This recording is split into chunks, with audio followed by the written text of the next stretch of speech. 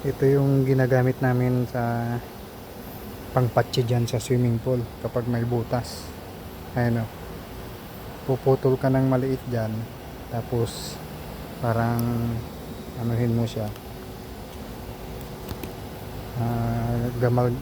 kamay-kamayin mong ganyan, durugin mo, maghahalo na yung gray tsaka white.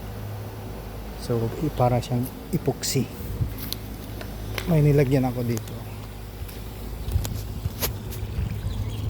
Ayun o, kita nyo yung white na yan.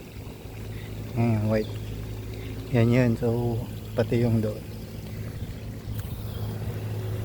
waterproof yan kahit sa tubig, tumitigas kapag dinikit mo na doon.